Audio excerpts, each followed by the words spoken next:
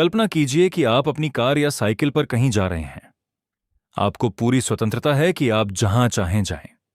यह आपकी लिबर्टी यानी स्वतंत्रता है। लेकिन सड़क पर चलते समय आप सड़क के बाईं ओर चलते हैं। यह डिसिप्लिन यानी अनुशासन है। लेखक बताते हैं कि हम ऐसा 4 कारणों से करते हैं। पहला, अपने फायदे के लिए। दूसरा, दूसरों की सुविधा और सुरक्षा के लिए। तीसरा, अपने साथी नागरिकों पर विश्वास के कारण। और चौथा, सजा के डर से। इन 4 कारणों में से कौन सा कारण हमारे व्यवहार को सबसे अधिक प्रभावित करता है, उसी से यह तय होता है कि हमारा अनुशासन किस प्रकार का है। यदि कोई व्यक्ति अपनी समझ और नैतिकता के आधार पर नियमों का पालन करता है तो यह सर्वोत्तम प्रकार का आत्म अनुशासन होता है। लेकिन यदि कोई व्यक्ति केवल डर या दबाव के कारण नियमों का पालन करता है तो यह मजबूरी का अनुशासन कहलाता है। लेखक बताते हैं कि ब्रिटिश लोग कई बातों पर भले ही असहमत हों, लेकिन स्वतंत्रता के महत्व पर वे एकमत हैं। वे मानते हैं कि हर व्यक्ति को सोचने, बोलने, काम करने और अपनी पसंद के अनुसार जीवन जीने की स्वतंत्रता मिलनी चाहिए। लेकिन अनुशासन से बचा नहीं जा सकता। प्रागैतिहासिक काल से लेकर आज तक मनुष्य को किसी न किसी प्रकार के अनुशासन को स्वीकार करना पड़ा है। आज के आधुनिक समाज में अनुशासन और भी अधिक आवश्यक हो गया है, क्योंकि हम सभी एक दूसरे पर निर्भर हैं। लेखक इतिहास का उदाहरण देते हुए कहते हैं कि जब किसी राष्ट्र में अनुशासन और व्यवस्था की भावना कमजोर पड़ जाती है, तब उसकी अर्थव्यवस्था गिरने लगती है, लोगों की सुरक्षा कम हो जाती है, जीवन स्तर नीचे आने लगता है और अंत में 2 स्थितियों में से एक पैदा होती है। या तो कोई शक्तिशाली बाहरी ताकत उस देश पर अपना नियंत्रण स्थापित कर देती है, या फिर कोई तानाशाह सत्ता में आकर कठोर नियम लागू कर देता है। अर्थात अनुशासन किसी न किसी रूप में वापस आ ही जाता है। इसलिए असली प्रश्न यह नहीं है कि हमें अनुशासन स्वीकार करना चाहिए या नहीं। असली प्रश्न यह है कि हम अनुशासन को किस प्रकार स्वीकार करेंगे। क्या हम उसे डर और बल प्रयोग से स्वीकार करेंगे या समझ, सहमति और जिम्मेदारी के साथ? क्या अनुशासन बाहर से थोपा जाएगा या हमारे भीतर से आएगा? लेखक बताते हैं कि कुछ लोगों के मन में अनुशासन शब्द सुनते ही एक कठोर सैनिक अधिकारी की छवि उभरती है जो जोर जोर से आदेश दे रहा हो। लेकिन लेखक स्पष्ट करते हैं कि यह तानाशाही है, अनुशासन नहीं। सच्चा अनुशासन वह है जिसे स्वतंत्र और बुद्धिमान लोग अपनी इच्छा से स्वीकार करते हैं। ऐसा अनुशासन समाज के हर व्यक्ति पर समान रूप से लागू होता है, चाहे वह उच्च पद पर हो या सामान्य नागरिक। अब लेखक अपने जीवन की एक घटना सुनाते हैं। जब वे सेना में नए नए सेकंड लेफ्टिनेंट बने थे, तब एक दिन परेड के लिए जा रहे थे। रास्ते में एक सैनिक ने उन्हें सलाम किया। उन्होंने भी उसे बहुत ही लापरवाही से हाथ हिलाकर जवाब दे दिया। तभी पीछे से उनके कर्नल की आवाज आई। कर्नल ने उन्हें बुलाया और कहा कि उन्हें ठीक तरह से सलाम का जवाब देना नहीं आता। उन्होंने रेजिमेंटल सार्जेंट मेजर को आदेश दिया कि अपनी छड़ी जमीन में गाड़ दें और मिस्टर स्लिम को तब तक सलामी का अभ्यास करवाएं जब तक वे सही ढंग से सलाम करना न सीख लें। इसके बाद लेखक को पूरे बटालियन के सामने बार बार उस छड़ी को सलाम करना पड़ा। वे बेहद शर्मिंदा हुए। उन्हें अपने कर्नल, सार्जेंट मेजर और अपने साथी अधिकारियों पर बहुत गुस्सा भी आया। लेकिन 10 मिनट बाद कर्नल ने उन्हें बुलाकर केवल एक वाक्य कहा, remember, discipline begins with the officers. अर्थात अनुशासन की शुरुआत अधिकारियों से होती है। यह बात लेखक कभी नहीं भूले।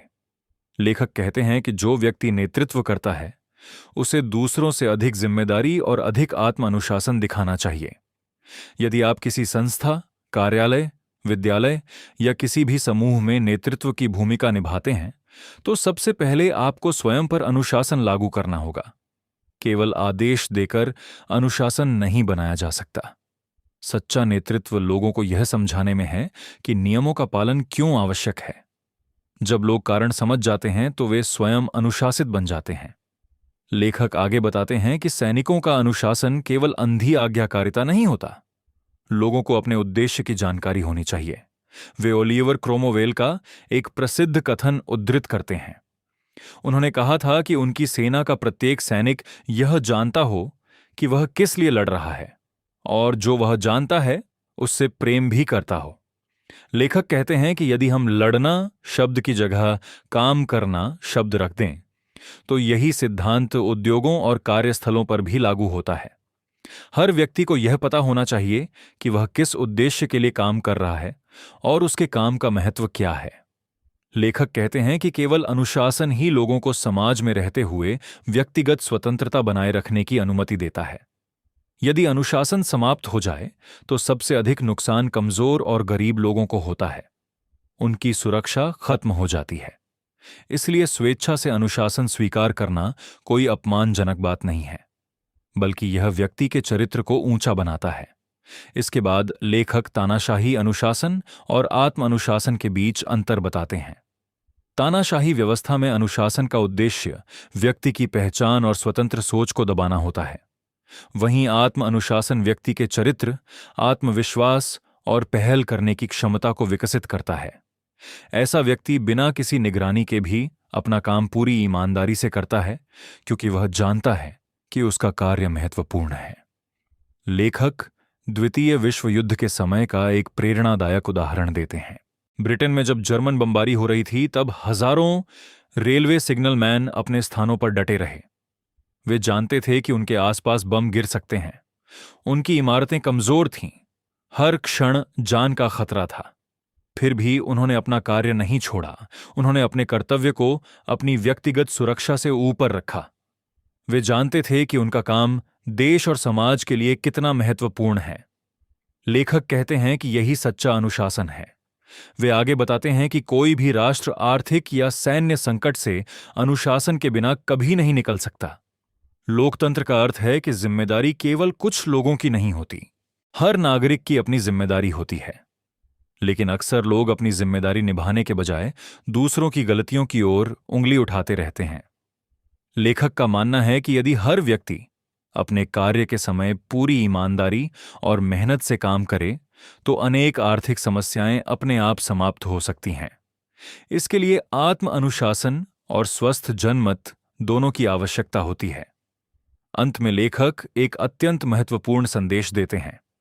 आजकल लोग स्वतंत्रता के बारे में तो बहुत सोचते हैं, लेकिन जिम्मेदारी के बारे में कम सोचते हैं।